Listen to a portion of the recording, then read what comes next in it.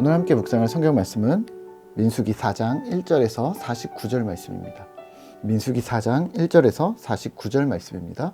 오늘은 20절 말씀을 읽겠습니다. 그들은 잠시라도 들어가서 성소를 보지 말라. 그들이 죽으리라. 아멘. 오늘 함께 생각할 주제는 법칙입니다. 본문 민수기 4장은 레위의 후손들인 게르손 자손, 고앗 자손, 무라리 자손이 맡은 임무들과 각 자손들의 수를 계수합니다. 3장 후반부에서도 다루었던 내용을 조금 더 자세하게 다루고 있습니다. 특이점이 있다면 그들의 장자 순서가 아니라 성막을 중심으로 주요한 업무들을 담당한 자들부터 설명을 하고 있습니다. 사실 거룩함의 기준이라는 중요도는 인간이 잘 알 수가 없는데요.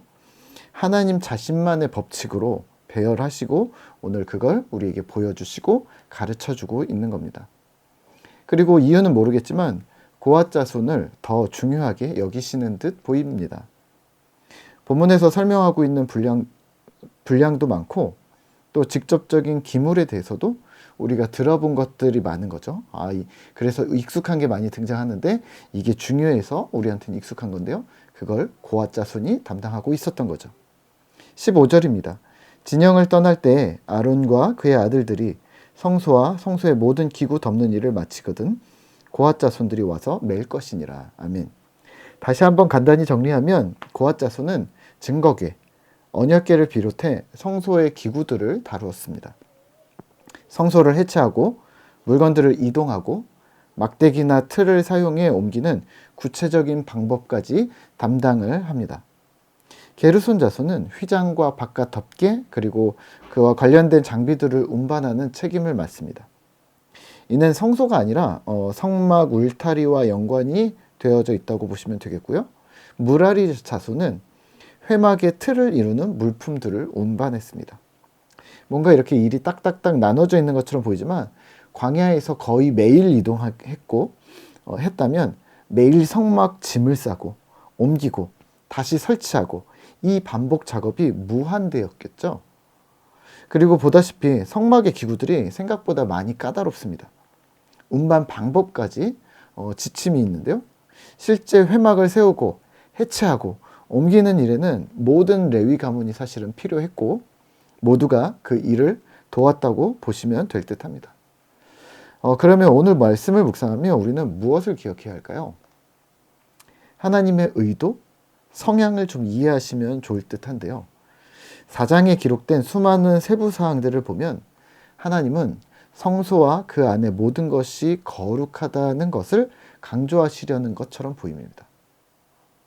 물건을 옮기는데 죽는다든지 성소를 보지 말라고 하시든지 또 아론과 그의 아들들 그러니까 대제사장들이 레위인과 제사장들의 일거수일투족을 조심스럽고 정성스럽게 담당하라고 강조하십니다. 이 강조하는 느낌을 보니 거룩함이라는 거죠. 19절 20절입니다.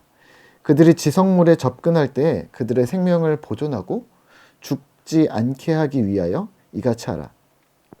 아론과 그의 아들들이 들어가서 각 사람에게 그가 할 일과 그가 맬 것을 지휘하게 할지니라. 그들은 잠시라도 들어가서 성소를 보지 말라. 그들이 죽으리라. 아멘. 자세히 보면 회막에서 봉사하는 사람도 까다로웠습니다. 연령은 30세에서 50세 사이만 가능했고요. 성별은 남자만 가능했습니다. 그도 그럴 것이 성막을 해체하고 설치하고 옮기는 일은 중노동이었을 텐데요. 이렇게 말하면 좀 그렇지만 이삿짐 센터에서 전문적으로 짐을 옮기는 일을 해야 했다고 생각하면 될 듯합니다. 마치 포장이사처럼 가져간 그대로 자리를 옮기면 그대로 또 그 자리에 세팅을 똑같이 해야 했던 것이죠. 그러면 우리가 여기서 기억해야 할 부분은 하나님의 법칙입니다. 하나님이 원하는 장소에 원하는 방향대로 원하는 크기로 성막을 제작했고 그걸 설치했고 오늘 레위 족속은 이 설치, 이동, 해체를 다 담당을 했습니다. 제사를 드리는 것뿐만 아니라 그 세팅을 유지하는 것도 너무 필요했던 것이죠. 누구에게요? 하나님에게 말입니다. 하나님의 법칙을 우리는 거룩이라고 부를 수 있을 듯 합니다. 거룩은 뭐냐면 구별된다, 구분된다 라고 이해하시면 되는데요. 그 구분점이 어디에 있냐면 하나님의 법칙에 달려있는 겁니다. 그렇다면 하나님의 법칙을 지키는 방법들은 무엇일까요?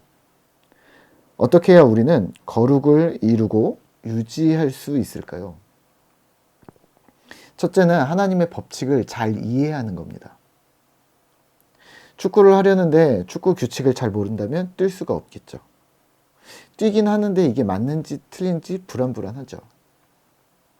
성막은 더 심각했습니다. 방법이 맞지 않으면 죽음을 맞이할 수도 있는 이게 구약의 성막이었던 거죠. 신앙도 마찬가지입니다. 하나님의 법칙인 거룩을 이루고 유지한다? 그렇다면 그 법칙이 무엇인지 제대로 명확히 이해하셔야 합니다. 말씀을 묵상하고 공부해야 한다는 말입니다. 그래야 우리 삶에 주어진 세세한 사안들에 대해 하나님의 뜻을 우리가 이해할 수 있지 않을까요? 두 번째는 한결같은 믿음입니다. 이는 사실 평정이라는 단어로도 표현을 할 수 있을 듯한데요. 라인홀드 니버의 평정을 위한 기도라는 부분에 우리가 도움을 받을 수 있을 듯합니다. 제가 읽겠습니다. 평정을 위한 기도, 라인홀드 니버. 앞부분만 읽을 텐데요. 하나님, 제가 변화시키지 못할 것은 그대로 받아들일 수 있는 평정을 저에게 주십시오. 제가 변화시킬 수 있는 것은 변화시킬 용기를 저에게 주십시오.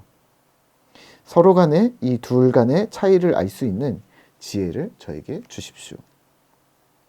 신자가 말씀을 이해하고 하나님의 뜻을 따라가고 있다면 담당해야 할 것은 삶입니다. 물론 이 삶은 믿음에 기인해야 하겠죠. 그렇다면 행동할 때 또 순종하며 기다려야 할 때가 있다는 말인데요. 행동할 때는 용기 주시기를 기도해야 하는 것이죠. 또 순종할 때는 믿음으로 받아들여야 하는 것이죠. 그리고 이 순종이냐 용기냐 이 둘을 결정하는 건 하나님의 뜻을 제대로 이해하고 있는 그러한 지혜라는 말입니다. 그렇다면 우리에게 한결같은 믿음이란 감정이 아니라 어떠한 신념 또 하나님이 주시는 지혜에 기인할 수 있다는 것이 되겠죠.